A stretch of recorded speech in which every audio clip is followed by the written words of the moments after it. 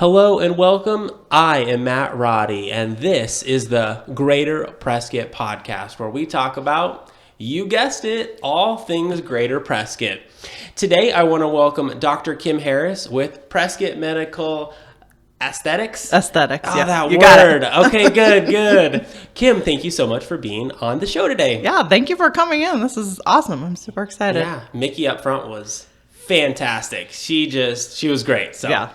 I'm going to make sure and let her know that. We're so lucky to have. We have a great team. Yeah. And she's like a great person to be out front. And it is amazing to talk to business owners, and when they start talking about their team, I mean, it's what makes you who you are, which Absolutely. We'll get into some of that. And right. I just find that I'm really big into culture in terms of a business culture. Mm-hmm. It's so important. Like, you have to bring on people who kind of fit right. and who are awesome, and you just got to love them and just...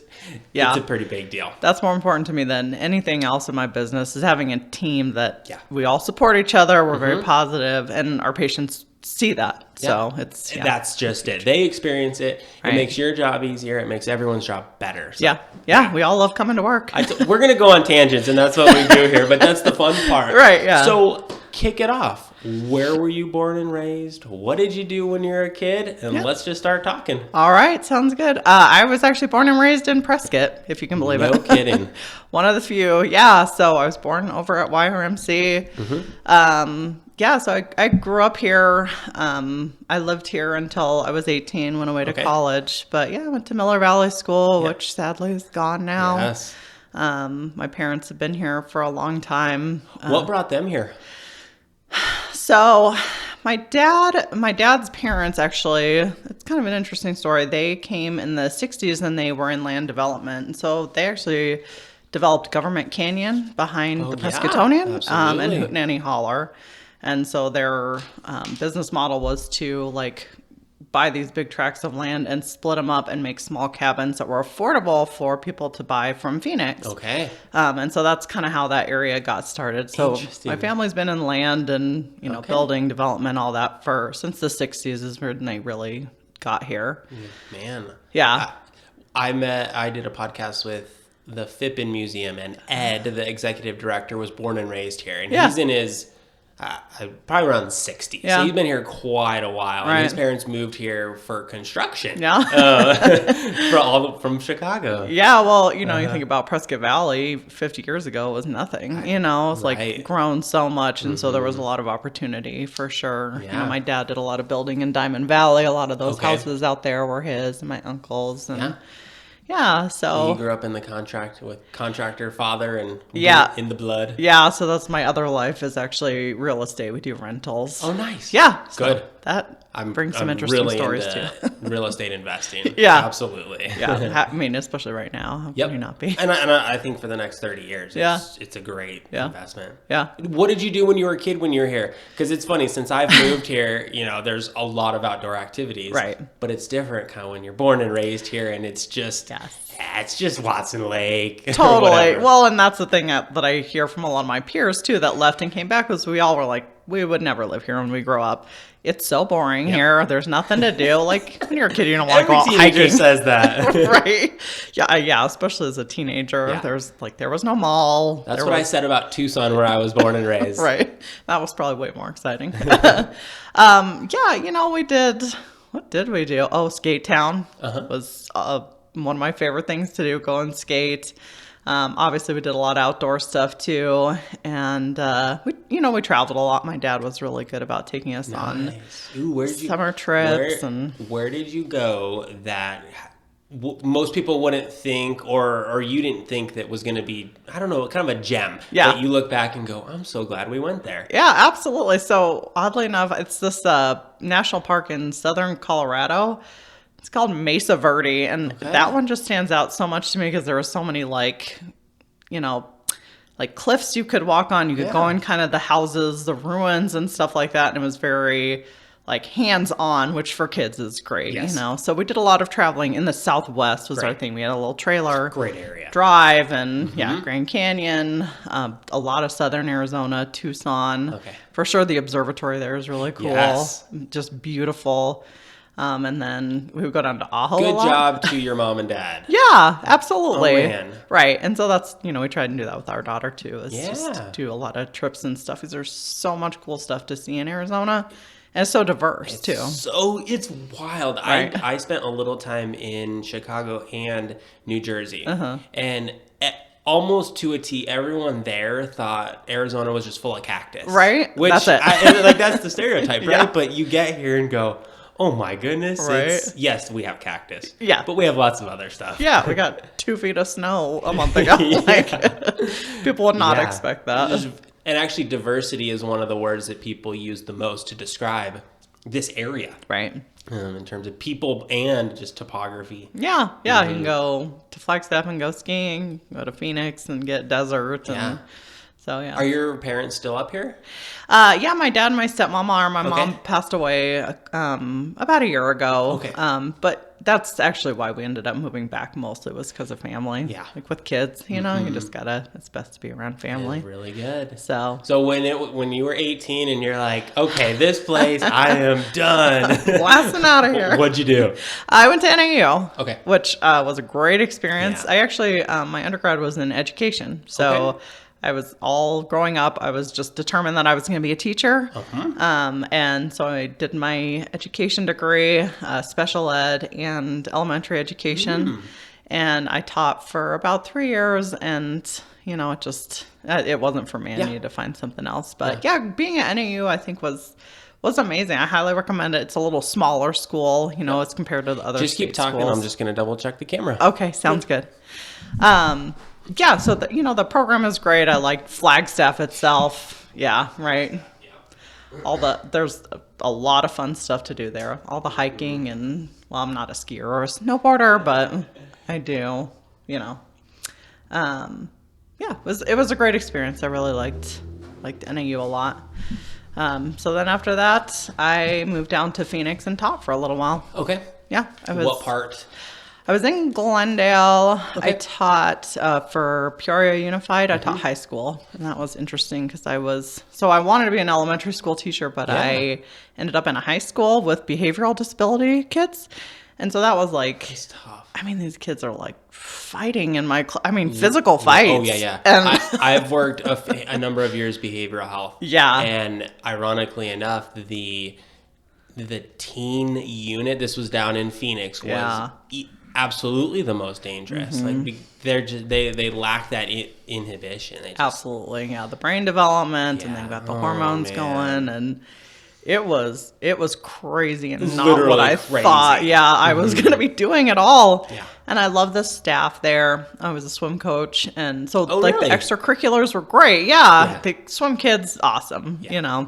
But the actual teaching part and the special education part was it was hard. Yeah, I couldn't do that for 20 years. Right. Like this is not for me. Kudos to those who can. Totally. I mean, we need you guys. I know, but not everyone's cut out for it. Yeah, and I didn't those teachers that are in the classroom that don't really want to be there, right? And those teachers that do. My best friend is a teacher at Abide Judd, and she is that is her passion. Yes. She's excellent at it.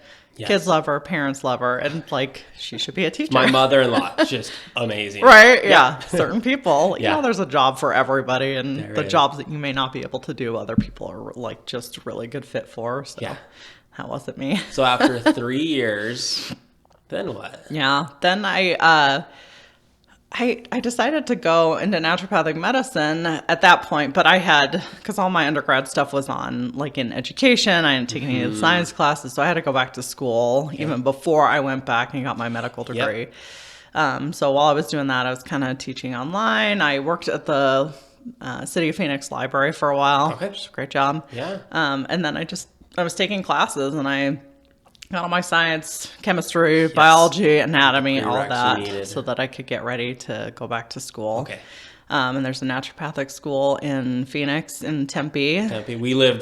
I saw the certificate on the wall. Yeah. We used to live right down the street. Yeah, they've grown a ton. I mean, they've got a great clinic now. And, I had a really good experience with a naturopathic doctor previously. And, what NDs do is really good at chronic health conditions that don't respond well to, conventional medicine. Okay. And that was my thing. I had like these chronic ear infections and I just like, I couldn't resolve it. And so I went to see an ND, and she really just, like with diet and some supplements, cleared up something that I'd had for 20 years. And I was like, oh, I wonder, maybe I could do that. And that really was like, I should see what I can do to become a naturopathic doctor. And I just did it. Yeah. And that's often how a lot of us do what we're doing. I kind of fell into this because I was doing something a couple years ago, and I realized I like this, right? And then here I am. And it's it's so important to do something that makes you happy, and it has been a long process to get to where I am. Yeah, talk about that, because the education system is really fascinating, and just talk about it. Talk about how not only the length but just the challenges, just like it's such a long-term process, and it's hard when you're younger to think in just it's only going to take a couple years, right? Well, it often doesn't. And then you didn't end up here probably after graduating school, so it's just a process. It is. And I went into it very naively. I was like, oh, I had so much fun in undergrad, so I'm going to go back to school. This is going to be fun.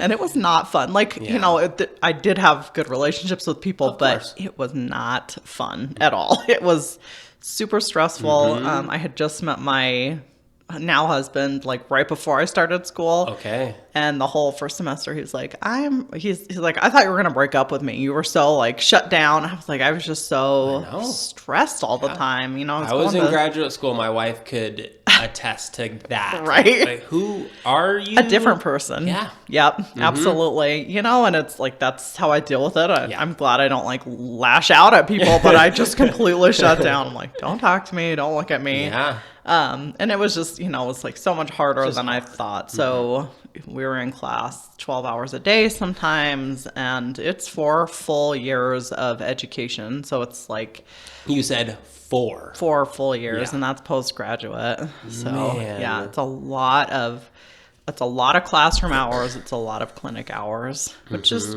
great. We're licensed as primary care doctors here, so we want to be ready, but at the same time, a lot in 4 years.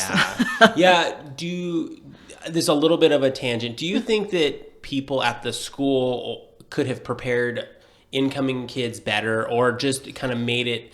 I'm just really intrigued. So you went and became a teacher. Yeah. Well, what if they put you into a classroom first day of your first semester of college? Probably. Just to get a sense, could you see yourself doing this? And I'm just curious how the education system will evolve, because people they go get a 4-year degree and then they go, I don't really like it. And so you're 18, right? You're 18 and you're trying to decide there's what nothing you want. wrong with that. It's okay that you don't know, Kim, what you want to do. Totally. Yep, absolutely. So I think more shadowing, getting in, and just maybe even a week or two of shadowing a teacher or whatever you want to be, just to see if that's really a good idea. Because it sucks to get through 4 years or 8 years and realize that's not what you want to do. And that's actually what happened. I was student teaching, and I was like, I don't think I can do this for 20 years, and I did it for a while. I didn't have a choice. Got a degree. I have to teach for a while so I can survive. And it wasn't horrible, but it just it would be better. I agree, just to get into a classroom or shadow or this is intern. A very common theme. It happened to me. It happens to a lot of people I sit across from. So it's just something I'm acutely aware of and kind of passionate. How are we gonna? We have kids, right? So how is it that when our kids get, say, 18, that maybe the system is a little better? I don't know. Maybe taking a year off in between, and it wasn't my parents didn't force me to go to college. It wasn't like they were like, you have to go right now. It's just what you did. Everybody was going to college, right? So you got to pick something, and you have to go. And that, what happened to my sister, it's such a common thing. Right. And then later on in life, you're figuring out what you want to do, but you have to go back to school for it. Yep. So I'm 38. I'm still working on right? it. But I am doing something I really enjoy. Yeah. Yeah. Which is most important. Yeah. Well, so 4 years and you're going to classes, you're doing clinics. What are the clinics and kind of where do those lead to this? Not at all. Okay. So this is probably my third life as an adult. Oh, I'm on at least my third. Yeah, right. Yeah, and there'll probably be a couple more. Yep. So they really train you as a primary care physician. So there's a lot of just general shifts. You can focus on what you like. So if I knew I liked aesthetics, I could have gone and done that. But I was like, I would never do Botox and fillers. That sounds ridiculous. Yeah. So it was a complete Isn't it great to look back and right? think that? Your convictions when you were younger. Never do that. So I did a lot of women's medicine, which I'm still really passionate about. Okay. I really think that there's a lot that we can do, naturally to help women. Hormone balancing, super complex. Yeah. But I did a lot of acupuncture, which I really liked. Okay. A lot of environmental medicine. And there were some really great professors there that had a lot of clinical knowledge. And so we would sit on shifts with them and see patients. And we got a lot of good experience, but it's not really enough to prepare you to be a doctor. You have to have those first 3 years of just going through the hard part. Grinding it out. Yeah, grinding it out. Exactly. Yep. Which is probably any profession, honestly. A lot of them. Right. You're not just going to go in it and be the top man of or your game. the woman. Yeah. Practically impossible. So, we got to go out into the community and shadow. So I came up here and shadowed a few docs because I knew that I was probably going to end up here. Okay. Dr. Godman at Partners in Healthcare. And, so we could kind of focus on what we wanted, but it was more like just preparing you to be a general physician, because that's what most naturopaths are. They kind of see everybody, kids to adults. And so, it was great education. It's just, there's just no way that you can be prepared for what's coming because you don't know. I could imagine. You're right. And a lot of jobs are like that. So I'm always thinking how can we prepare people better? Just set the expectations a little better. Yeah. My daughter wants to be a vet. So it'd be a great idea if she could, when she's 18, just start working in a vet's clinic. Just really see what it looks like. Yep. Funny story from when I was in training was you see what your doctor does, but you don't see what all doctors do. And so a class coming up was phlebotomy, where we'd draw blood. And I was like, I have to learn how to draw blood? Because doctors don't do that, right? They can, but they don't. I've never had a doctor draw my blood. I go to LabCorp or whatever. Yeah. And so it's all these things that you don't even know that's part of your job description because they've never actually seen the behind the scenes. That's a great example. Right? What do vets do that maybe make her a little squeamish? Yeah. Well, I think about a Hollywood film. We see on screen what it is, but if you were standing in the background as they're filming, you would have a completely different picture of what is going on. It's kind of something similar to that. Yeah, absolutely. Oh, yeah. So then you graduate. What year did you graduate as I graduated a doctor? In 2013. Could you believe that you were a doctor at that time? It was weird, yeah. People start calling you doctor. Yeah. And it takes, some growing into, honestly. Absolutely. But once you get you graduate and then you take boards. Okay. That's the next step. And then after that, so it takes about 6 months total to... you take a few months to just study for boards. I was pregnant at the time. Oh, my goodness. That was not fun. Oh, my goodness. Although I'd wake up at 3 a.m. because my sleep schedule was so weird. And so I'd study from 3 to 7 and then go pass back out. Oh, my God. Wake up and study more. The good old days, Kim. Right. When I was quite a bit younger and more energy. A lot easier. Yeah. I took boards. I was 8 months pregnant. It was miserable in Phoenix, hot. I was That's why I moved up here. Right? That's why most people moved up here. Yeah. So 3 days of boards, passed it, thank goodness. Yeah. Because it's a lot of information to go over, just, listening to stuff like this, trainings and... Yeah. studying, which is not fun. So I passed. We'd already moved up here at the time. Okay. And I had no idea what I was going to do. Honestly, it was like, I never wanted to be a business owner. That wasn't my thing. It was like, I'm just going to find another clinic to work in. So I didn't have any business training. And that's... Amen.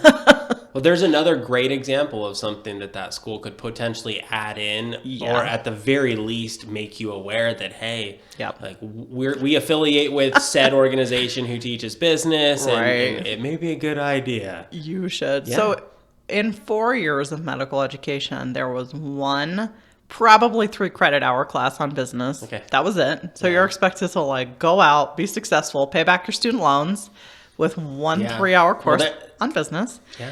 I took a weekend seminar thinking that was going to do it. You'll get it all. Don't worry, Kim. I'll just like assimilate everything from business school in a weekend course. And it was not helpful at all, honestly. And so then I was just like, well, I'm just not going to do that. I'm going to go find somebody else to work for. So I tried, and it's really hard. Like, I don't really know if, I don't even know how to put this, but it was really hard to find a place that I felt like I fit in, and that, because, so you're expecting that person to be a business owner that is able to like mentor you and bring you in and help you be successful. And that just never happened for me. And so I was like, well, I'll just kind of strike out on my own. Yeah. So I've done a lot of different things in Prescott as far as practicing. And then after a few kind of bad experiences, I was like, well, I'm going out on my own. That's all I have left to do. So I just started really small. I've never, I wanted to like grow with my business. I didn't want to take out loans. I didn't want to get money from people. I didn't want to put a lot of money into organically. It. Yeah. And, for me, that really worked. I know that's not possible for everybody. Of course. Sometimes you have to just like go all in. But that worked really well for me. Great. So where was your first practice? It was actually, so I rented. And when was it? It was 2014, I think, because I took some time, after I had Lily, about 6 months, and then I was ready to get out of the house. Yeah. Like, I gotta go do something else. Do something. Yeah, right. Just a little something. So I rented a room from another naturopath out in Prescott Valley. So I did that for a little while, and then I actually ended up doing medical marijuana certifications. Okay. Which was also something I never thought I'd do, but, it was like, at that point I had to start paying back student loans. Right. So I had to do something. Gotcha. So you were signing off on the certifications. I gotcha. Yeah, which I really didn't think I would do, but then the more I did it, and there's an ethical way and an unethical way to do that process, right? That's what I've heard. Right. So, but really I saw such benefit from patients that it wasn't what I wanted to do, but I could see that patients in chronic pain were coming in feeling much better quality of life and less medications. And so I was like, well, it may not be what I want to do, but I can see that it's helping people, and they were really grateful to have that medicine available to them. That's really interesting. Yeah. Because as we move into a time, it just became happened. Legal. Yep. Like it just happened within the last month or whatever. Yeah. And so, I'm almost entirely in favor for medical marijuana. Yeah. And I'm like you. I think it's let me back up. In college, I smoked a lot of marijuana out of just being a young, immature idiot. I can. And so my wife, who has never smoked in her life, can't quite wrap her head around it. Right. I think there's benefits to marijuana. I absolutely do. Yeah. I'm no expert or anything. Right. But there's people in pain that, I guess let's just put it very bluntly. Do you want to put them on some opioids? Right. Or do you want to prescribe them some marijuana? Exactly. I'm all for, and I actually think it works really well. Yeah. It's a no-brainer for me. If that's the choice, I would rather see somebody on medical marijuana. Yeah. And there is research behind it. This is not just like a willy-nilly. Not at all. I would agree. Yeah. And, it has to be the right patient. Yes. They have to qualify, and, there's all that side of it. But I have seen it be life-changing for patients, and so I'm happy to help them. Although I haven't done a certification since the law passed. Nobody comes back to see me anymore. What a shocker. Which is fine. Like, go do your thing. That's fine. Yeah. It's cheaper for people anyway. So, yeah. So then how did that sort of morph into what you did next? Yeah. So I just, you know, when you're a naturopathic doctor, you're asking patients to come in and pay cash, which is a hard thing for people to do if they have insurance, right? They don't want to come pay you cash. So a lot of NDs will add on some kind of procedure to bring in some money, basically.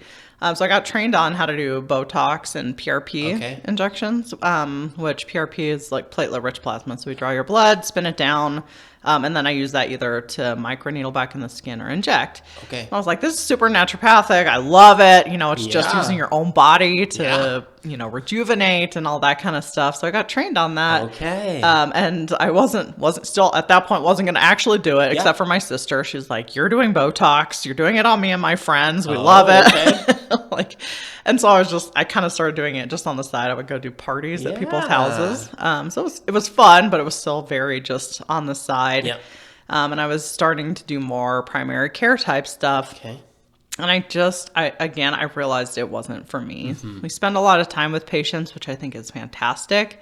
It just doesn't fit well with my personality to sit for an hour and a half and talk about, you know, we get these really complex patients, and it just didn't sit well with me. And I was supposed to take over, I was like kind of maybe going to take over this other ND's practice that was going to retire. That was the plan. And I saw what she was doing, and it's again, like a specific type of person that does that and does well at it. And that wasn't me. I was like, I can't see myself doing it. So actually I remember this conversation with my husband where I was like, I'm just going to do real estate. I'm not going to practice anymore. So I'm not making any money at it. I don't really enjoy it. And I could do, you can do a lot with real estate. I have my license. I was like, we do rentals. We could buy and sell. We could flip. I'm like, I think I can make more money doing that and be happier. And he's like, you're not doing that. You have a medical degree. You can't go do real estate. I was like, okay, well, the only other option for me, I think, is to start and try and do an aesthetics business. And it was really that one conversation where I was like, all right, I'm going to branch off and I'm going this way and we'll see what happens. And so from then on, I just started like building and moving towards, you know, getting my own office. I wasn't renting a room anymore, adding more services, getting more trainings, learning how to do the business side of it, the Facebook ads, and, you know, just like so much like that. And so that's how I ended up here in this space and just grown from there. That's kind of how I ended up in aesthetics. It was really like, I didn't plan to be there, but I just steps along the way, and turned out I loved it. That's absolutely love it. I think for a lot of people, it's really important to experience a lot of different things. The hard part, and I'm a similar way where I now have student loans because I experienced certain things, and so it definitely just opens your scope of learning what interests you and doesn't. Frankly, that's often the most important. So you just have to get in and try it sometimes. That's it. In 60 seconds.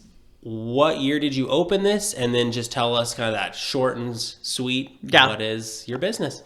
All right. So we opened in 2017, and we just do all medical aesthetics related things. So I do a lot of injectables, lasers, peels. We do hormone replacement therapy, IV. And then we also brought on a naturopathic doctor. She's going to be doing primary care for us. Nice. Yeah, I'm super excited about that. I feel like it's a way for me to offer the best of our medicine. Yes. I can still do what I love, and she can do what she loves. So she just started 3 weeks ago, and we're super excited. Congratulations. Yeah. No, I'm like, this is the kind of practice that I envisioned. What a great fit. Yeah. Oh my goodness. I feel that way. I'm like, I don't have to do it, but I know it's really important. Yes. This is a great service for people. Yes. She can do that. And she loves it. She's great at it. Yeah. Awesome. Yeah. So we're doing a whole like beauty and wellness thing here. But we offer a lot of different services. So it's great. Talk about the top 3 or top 5 things you do, and just give people a little education about each of those little things. Okay. Yeah. So I'd say, number 1, Botox, like most popular. It's a quick, easy service. Great results, safe. And And then I would say number 2 would be like chemical peels. So that's really great for just kind of brightening up the skin. Okay. We do, I'd say next is probably hormone replacement therapy. Life-changing for men and for women. Really? Yeah. Women come in all the time. I don't do a ton of men, but women come in and they've got no testosterone in their body. Like none, non-detectable. We get them on some testosterone. Everything is so much better. Energy, drive, brain fatigue or brain fog is gone. Yeah. Libido goes up. I mean, really, I'm not kidding when it's life-changing. Changed my husband's life. Even you're surprised. Yeah. Because I'm like, well, I hope these patients respond really well to this. Gets rid of hot flashes like you wouldn't believe. You know, women are suffering from these hormone and loss of hormones. They just don't have them anymore. Yeah. And they don't feel good at all. You know, around menopause, postmenopause, but even women in their 30s and 40s, if you don't have testosterone, you are not going to feel good. We think that women need estrogen, and that's it, right? Like, well, yeah. So how be a teacher for us? How much testosterone does a man have and a woman have, and like kind of where? Yeah, talk about that. Huge difference, for sure. Yeah, I'm sure that. But. And that was one thing I learned, too, was that women actually make more testosterone per day than estrogen per day when you're looking at output, which I had no idea about. You know, we're like, estrogen is the female hormone.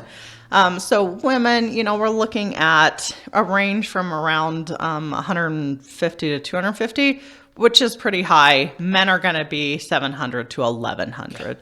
So probably 4 to 5 times. It's not as far off as I would have thought. Right. I mean, okay. Yeah. And so, you know, we obviously run labs to make sure, but a lot of times just based on symptoms, we can tell kind of what you're, you know, men that are just kind of feeling lackluster. They're not feeling like they're achieving at their jobs, maybe a little bit short-tempered. Those are the kinds of symptoms we see in men. It's super common for men to have testosterone deficiency, or it's just not optimal, not ideal. Okay. And does that start with a simple blood draw? You assess things and then So you know, obviously we look at all of your symptoms, make sure that it fits. You know, might be something else, obviously. But generally for men that are pretty healthy and that just, they're like, I just don't feel as good as I did 10 years ago. You know, I'm still working out, I'm eating right, but I just don't feel that great. A lot of times that's testosterone. It's a pretty simple That's fix. fascinating. It is. It's really great. And I had no idea when I got into it that I would see so many people respond so well to it.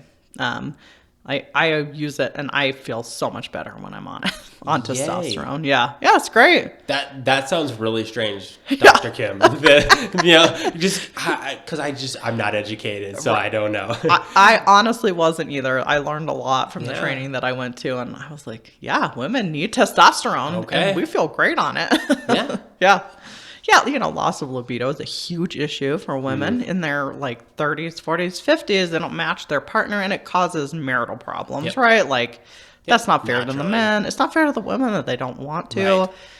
So just, you know, sometimes just a little bit of testosterone is all they need, and it really, it's great. What else do you do here? IV therapy, great. Just kind of so we do IV nutrients, intravenous. So we do like more general vitamins, nutrients, minerals, vitamin C, that kind of thing. Great for like immune boosting, or, you know, if patients are chronically ill, we do a lot of like post-COVID. So if you've had that long-term COVID, you're having a hard time getting over it. You know, IV therapy is so much better absorbed than oral. Like oral, it just passes right through most of it. IV is the way to go. Absolutely. And so, you know, get a good dose of hydration and then some specific nutrients depending on kind of what you do. So, patients feel really good about that. So I'd say those are our top things. And then now adding on Dr. Walls with her, you know, she does a lot of hormone balancing. Chronic illness, she works really well with patients that, you know, diabetes, and they want to work with diet instead of taking medications. Thyroid illness, which is so common in women, you know, like probably more than 50% of women have some kind of thyroid illness. Again, just the blood test. So she's taken over a lot of those kinds of patients for us. Man. You do a little bit of everything. We here, do. it I feel sounds like we add a little bit more and a little That's bit good. more. I mean, you kind of, it's great for a business to start with one, maybe two things, Right. and then things evolve and you figure out if Yeah. you need to add stuff. Like you probably didn't know when you first started in 2017 that bringing on a naturopath would be a great fit, and it Right. probably wasn't back then. It wasn't. Yeah. But now we would have failed. Right. So Absolutely. Yeah. And, that patients natural will growth. bring stuff to me, which is great. They're like, well, do you do this therapy? Nope, not yet, but let me look let's into look it. into it. Yeah, I have one patient who's brought me 2 new things that I absolutely love. The hormone replacement was my one of them. gosh. And then the other one is just like Good a job, patient. Yeah, I'll look into stuff. Yeah. I'm willing to try new things. And What people can't see behind the camera is, I guess it's 7, 8, 9. It's a bunch of certifications. Right. And I think as I was looking at that, I was thinking, you're just into learning in general. Yeah. And I think that's really important no matter what Right. business you do. Yeah. I mean, I think yours, even in the medical profession, is even more so. It's more necessary. Things are just changing so rapidly. Right. Just having this open mind, like, I don't offer every service I can, nor do I even know about those. Right. So you can't, you have to focus on what you're good at and, kind of create this little ecosystem here where we all work really well together. But yeah, this is, people kind of think aesthetics and Botox are like frou-frou and anybody can do it, but really that's you what need I to know how to thought. do it safely. Yes. That's the biggest issue. Is it's, there's the art to it, but then there's also the safety issues. So that's where Very all the much trainings so. come in. Is like, Yeah, I didn't realize there was 2 distinct parts to right. Botox. Yeah. You guys didn't know. You didn't know all about Botox before you came in here. I know. I still don't. Yeah. Yeah, so we have 30 hours of CME every year, continuing medical education. So that's part of it. We have to stay educated. But a lot of the trainings that I do for aesthetics don't count towards that. But you have to stay up to date on new products, new techniques, all the safety stuff. And it's actually been kind of nice in COVID that everything's online, so I can do it from my house. Oh my gosh. Which is nice. It's a little harder to pay attention, but it's great to be able to just... So much more convenient. Yeah, cheaper. You don't have to fly to all these conferences. Oh my gosh, I didn't even think of that. Right? Yeah. So you probably spend a bit of time just in those continuing education type scenarios, whether you're actually getting credit for it, Right. or you're just learning. Both. You just try so Yeah. hard. So anything that's like branded. So if Botox does a training, I don't get CMEs for that because it can't, they can't be a specific brand.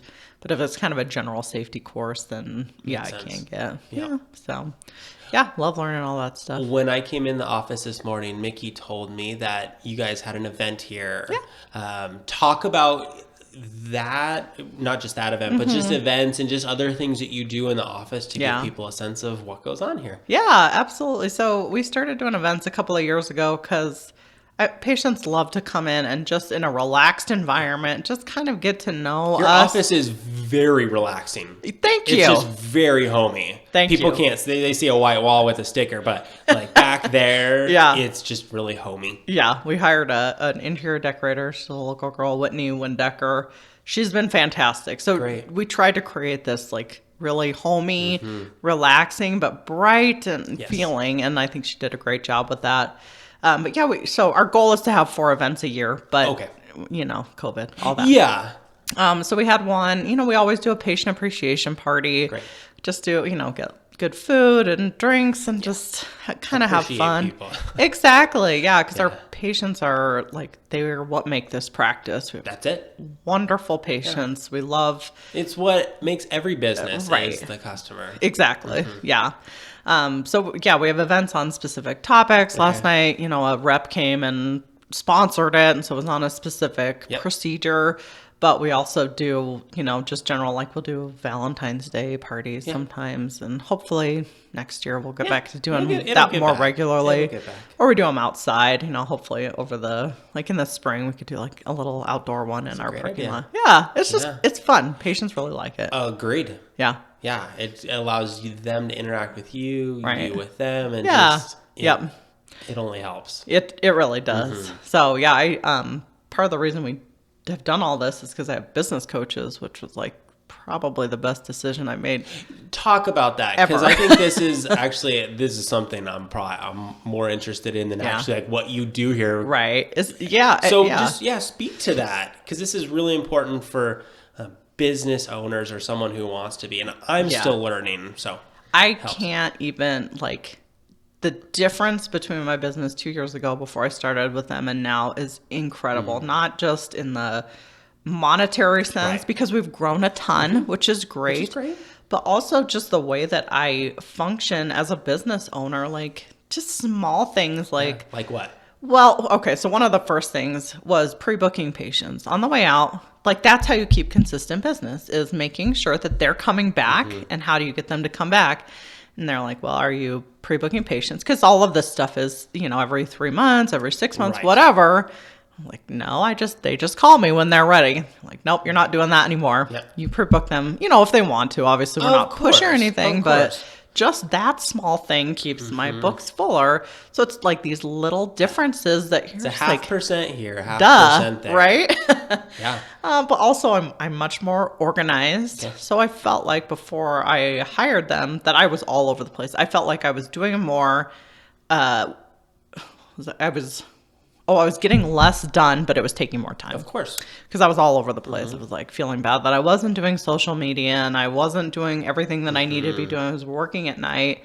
And just having them here's the 5 things that you need to work on over the next 2 weeks. Yeah. Just get that done. And that makes a huge difference. Accountability, obviously, you need to have somebody. I do. Maybe not everybody does. Oh, I do. I think most people do. Right? Yeah. And those who don't think they do, they probably really do. And then just having somebody to bounce ideas off of. If I have problems with patients or employees, how to properly hire employees is huge. I'd never hired. Well, I hired Elaine before I met them, and it was just kind of hey, you want to come join us here? Great. I don't have a contract. Just come on. And, but that's not the way it should work. Yeah. It has to be, for protection, you have to have things set up. And so just getting all of that it in a row. Yeah. Which is a lot of work, but it's all made a huge difference. So much of that is stuff that you only have to do one time. Right, exactly. Obviously, that one time takes months or maybe years, but once you get this foundation, you just reuse it.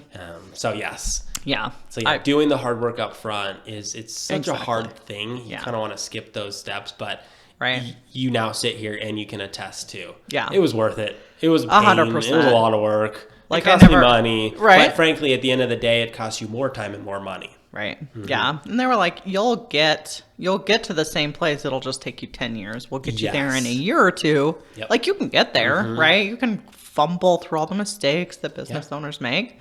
That's fine. Yeah. But we can speed up that process, and they definitely did. I'm I want to hire a life coach. I want to hire people just to tell me what to do all the time. Yeah.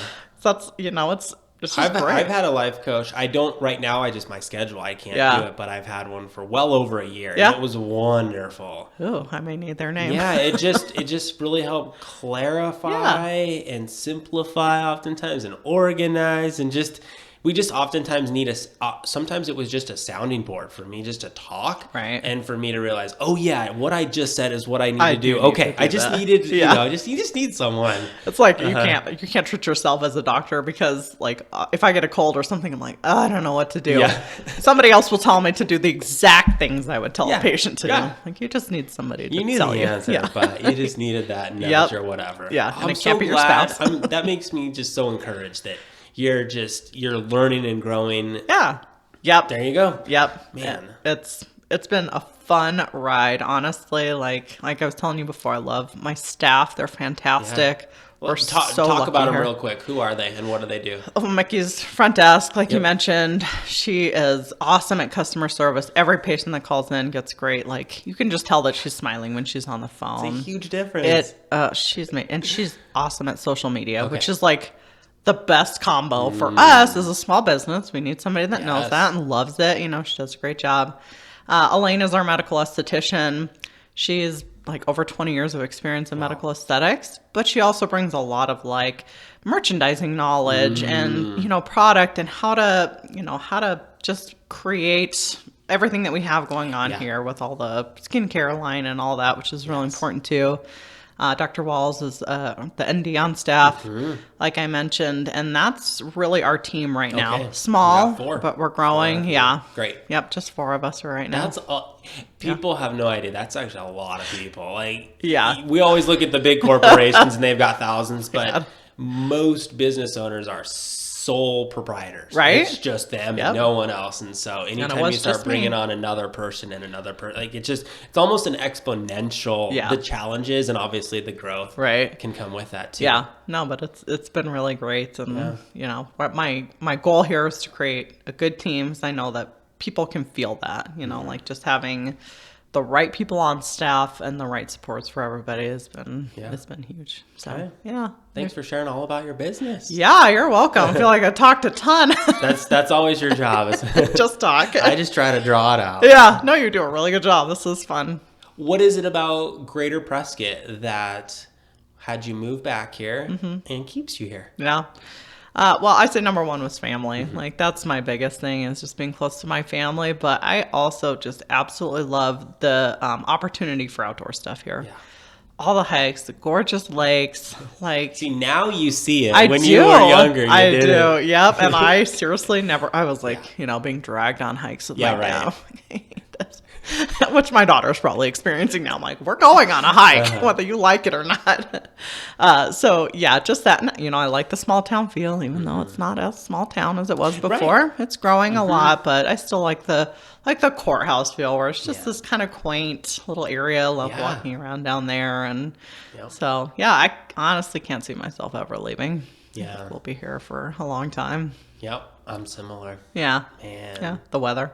the weather. Can't beat the weather. Oh, it's so nice. Like you said, what is it, 3 or 4 weeks ago, it snowed Yeah. 2 feet, which was fantastic. Right? And then it melted, I don't know, however many days or weeks Yeah. later. And now It's this week gorgeous has just yesterday. been- Like- oh my gosh. You can literally wear a t-shirt out Yeah. in the sun. Yeah. Just, oh, Totally. and it's Absolutely. February. Yeah, I know. Yep, I love it. Me too. Yeah. All right. To wrap up, I'm going to ask you some rapid fire questions. Right. You answer with the first thing that comes to mind, and if there's not just one, Okay. just name a few. All right, will do. Question number 1: what's your favorite thing about Greater Prescott? Oh, my favorite thing. Oh, there's so many things.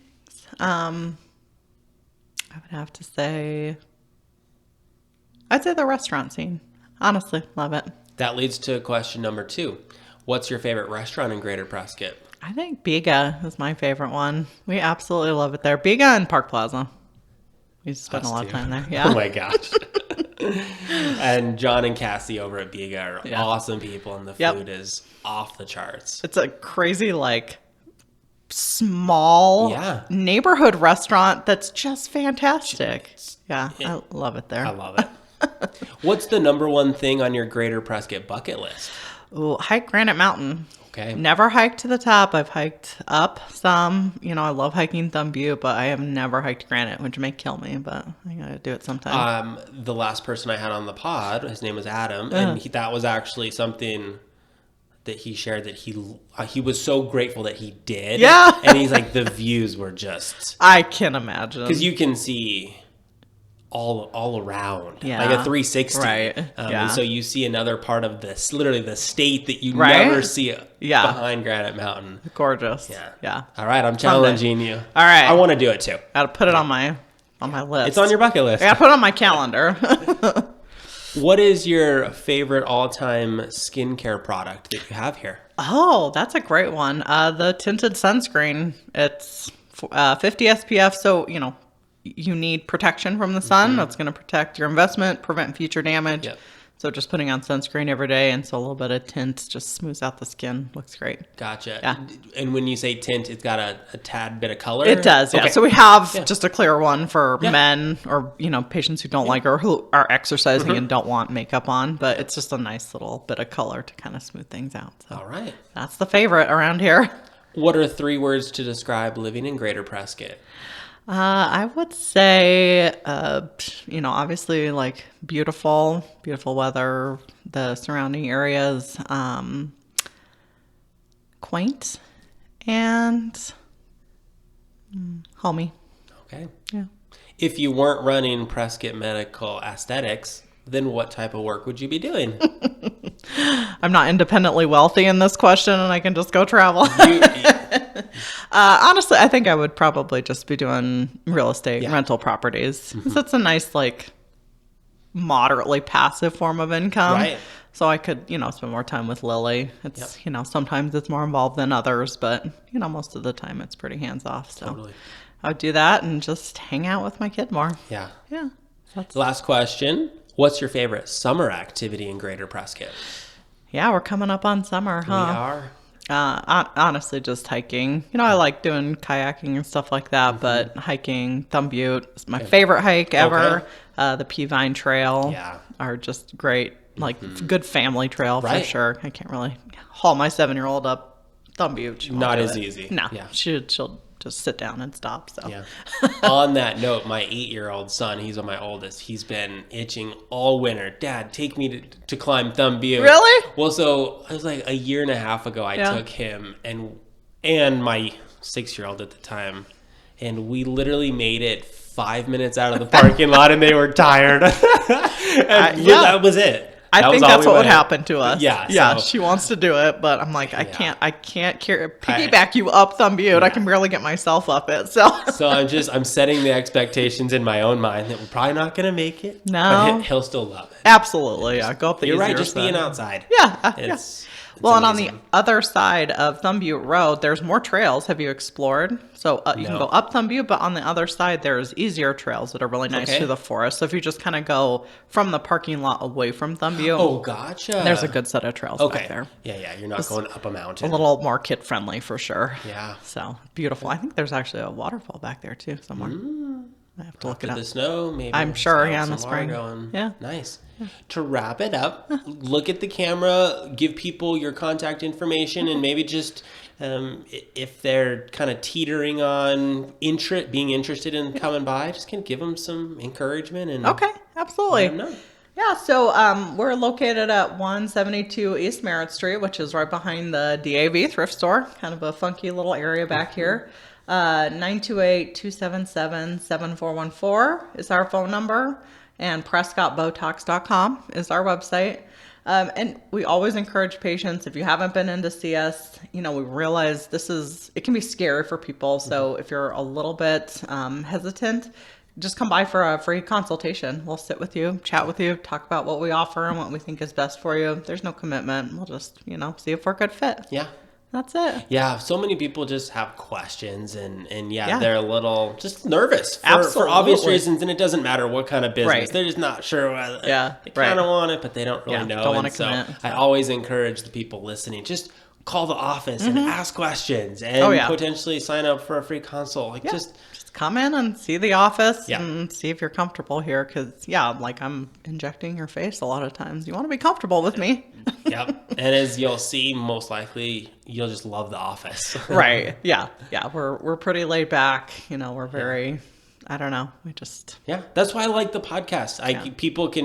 I not only get a really good sense of who you are, but obviously people who listen just can kind of know me. You're just laid back, easygoing. Yeah. Now you take serious what you do. Absolutely. And that's very important.